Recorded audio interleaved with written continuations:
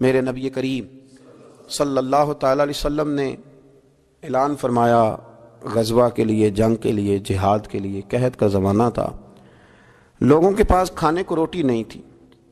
حضرت عمر فاروق فرماتے مجھے یوں لگتا تھا کہ ان دنوں سب سے زیادہ خوشحال میں ہی ہوں، تو میں نے اس طرح کیا کہ گھر کا سارا مال جمع کیا، تو وہ میں نے نصف کیا، اس کو آدھا، اور آدھا مال میں نے رکھ لیا گھر والوں کے لیے، اور آدھا مال پھر میں بول رہا ہوں 2.5% نہیں 50%۔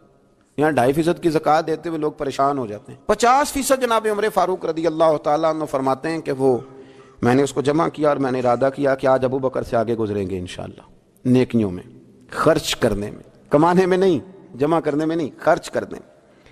فرماتے ہیں جب وہ میں مال لے کے نبی کریم کی بارگاہ میں گیا تو میں بڑا مطمئن تھا کہ آج میں آگے گزر ہی جاؤں گا، لیکن جب میں نے نظر اٹھائی تو میرا رنگ بدل گیا، میرے پیچھے پیچھے ابو بکر صدیق بھی آئے، اور فرماتے ہیں میں نے اس مرد درویش کا رنگ بدلا ہوا دیکھا، سر کی ٹوپی بھی اتار لی، پیروں کے جوتے بھی اتار دیے، وجود کے کپڑے بھی اتار کے بوریے کا لباس پہن لیے، اور گھر سے سوئی دھاگا بھی اٹھا لائے۔ کہتے ہیں مال رکھا۔ حضور نے مجھ سے پوچھا عمر کیا لائے ہو؟ میں نے کہا حضور آدھا لے آیا ہوں، آدھا چھوڑ آیا ہوں۔ نبی کریم بڑے خوش ہوئے، مجھ سے پوچھا تھا کیا لائے ہو، بات پہ غور کرنا۔ اور ابو بکر صدیق سے پوچھا ابو بکر گھر میں کیا چھوڑ کے آئے ہو؟ مجھ سے پوچھا کیا لائے ہو؟ ابو بکر سے پوچھا ماں اب کئی تھا، کیا چھوڑ کے آئے ہو؟ جناب صدیق اکبر نے نظر جھکائی، قربان جاؤں جواب پہ بھی، یہ نہیں کہا حضور کچھ نہیں چھوڑ کے، یار یہ بھی تو بندہ کہ سونے سارا لے آیا ہوں، کیوں چھوڑنا تھا، آپ نے حکم کیا تھا چھوڑ، یہ نہیں کہا کہ یا رسول اللہ میں سارا لے آؤں۔ کیا جواب دیا؟ ماں اب کئی لہم اللہ و رسول، یا رسول اللہ صلی اللہ علیہ وسلم آپ نے پوچھا کیا چھوڑ کے آئے ہوں؟ میں گھر میں اللہ چھوڑ آیا ہوں، اللہ کا نبی چھوڑ آیا ہوں۔ میرا کوئی گھر خالی ہے؟ وہاں اللہ کا ذکر ہوتا ہے، وہاں رسول اللہ کی نعت ہوتی ہے۔ حضور گھر میں اللہ رسول کا نام چھوڑ کے بھرا ہوا گھر چھوڑ کے آیا ہوں۔ پھر قربان جاؤں میرے نبی کریم پر بھی، حضور سید عالم علیہ السلام نے فرمایا یہ تیرے پیچھے جبریل کھڑے ہیں، اور وہ بھی ٹاٹ کا لباس پہن کے آئے ہیں۔ میں نے ان سے پوچھا ہے جبریل آج ٹاٹ کا لباس، آج ٹاٹ کا لباس کیوں پہنا ہے؟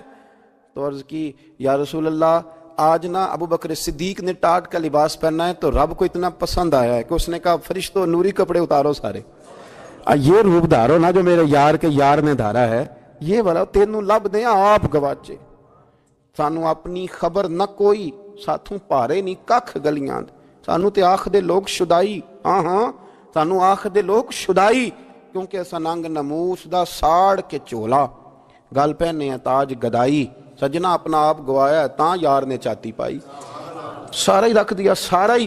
اور ایک جملہ امام سیوطی نے لکھا ہے جس پر وجد کرنے کو دل کرتا ہے، میں صحیح کہہ رہا ہوں، وجد کرنے کو دل کرتا ہے۔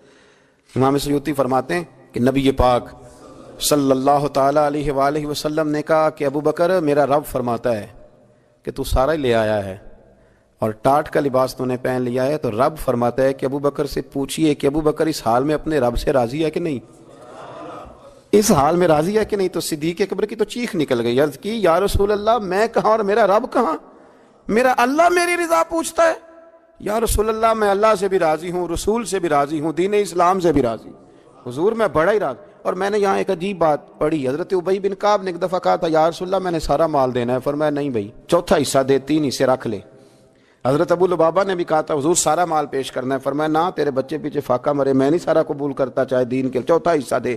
ان سے کہا سارا نہیں قبول کرنا، یہ سارا لائے تو ان کا قبول کر لیا۔ اور پھر لفظ ہیں بڑے خوبصورت حدیث پاک میں، نبی کریم علیہ السلام نے فرمایا، یہ ابن ماجہ کی روایت ہے، فرمایا مجھے کسی کے مال نے اتنا نفع نہیں دیا، کسے بادشاہ، اللہ اکبر، فرمایا کسی کے مال نے اتنا نفع نہیں دیا جتنا ابو بکر صدیق کے مال نے نفع دیا۔